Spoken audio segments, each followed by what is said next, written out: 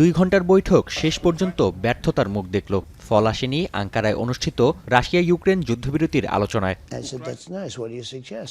তবে ফক্স নিউজকে দেয়া সাক্ষাৎকারে ট্রাম্প জানালেন, তাকে ছাড়া যুদ্ধবিরতির আলোচনায় সফলতা আসবে না। বলেন, পুতিনের সঙ্গে সাক্ষাতের মাধ্যমেই ইউক্রেন সংঘাত থামানো সম্ভব। তবে সমঝোতায় রাজি না হলে নিষেধাজ্ঞার মাধ্যমে রাশিয়ার অর্থনীতি ধসিয়ে দেওয়ার হুঁশিয়ারি দিয়েছেন তিনি।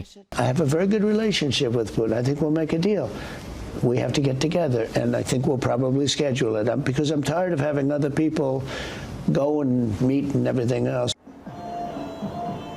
ব্যর্থ এই আলোচনার একমাত্র সফলতা 1000 যুদ্ধবন্দী সেনা বিনিময়ে দুপক্ষের সম্মতি, জানিয়ে আশাবাদী ইউক্রেনীয়রা। তাদের ধারণা, এমন ছোট ছোট উদ্যোগই খুলে দেবে যুদ্ধবিরতির দুয়ার।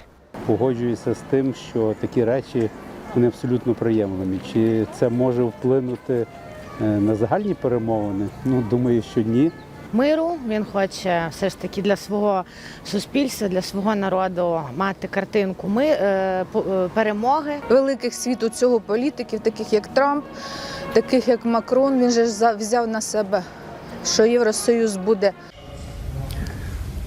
আলোচনাকে আশাব্যঞ্জক বলছেন বিশ্লেষকরা। তাদের দাবি, 39 মাসব্যাপী যুদ্ধে প্রথমবারের মতো সরাসরি বৈঠকের মাধ্যমে দুপক্ষের মধ্যেই যুদ্ধবন্ধের আগ্রহ ফুটে উঠেছে। ফলে শীঘ্রই যুদ্ধবিরতি দেখা গেলেও চমকে যাবেন না তারা।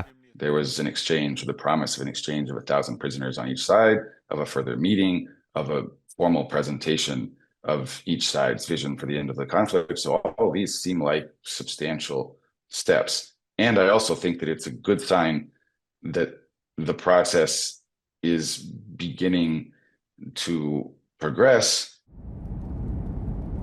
যদিও বৈঠকের কয়েক ঘন্টার মাথায় ইউক্রেনের সুমি অঞ্চলে ড্রোন হামলা চালিয়েছে রাশিয়া। এতে প্রাণ হারিয়েছেন বেশ কয়েকজন। নাফিয়া আরমান মনন, এখন বিশ্ব। কালার এক্সপার্ট, জর্জ স্যাপ এবং মাইল্ড অন হ্যান্ডস টেকনোলজি সমৃদ্ধ অরিক্স ক্রিস্টাল ওয়াশ আপনার লন্ড্রি এক্সপার্ট।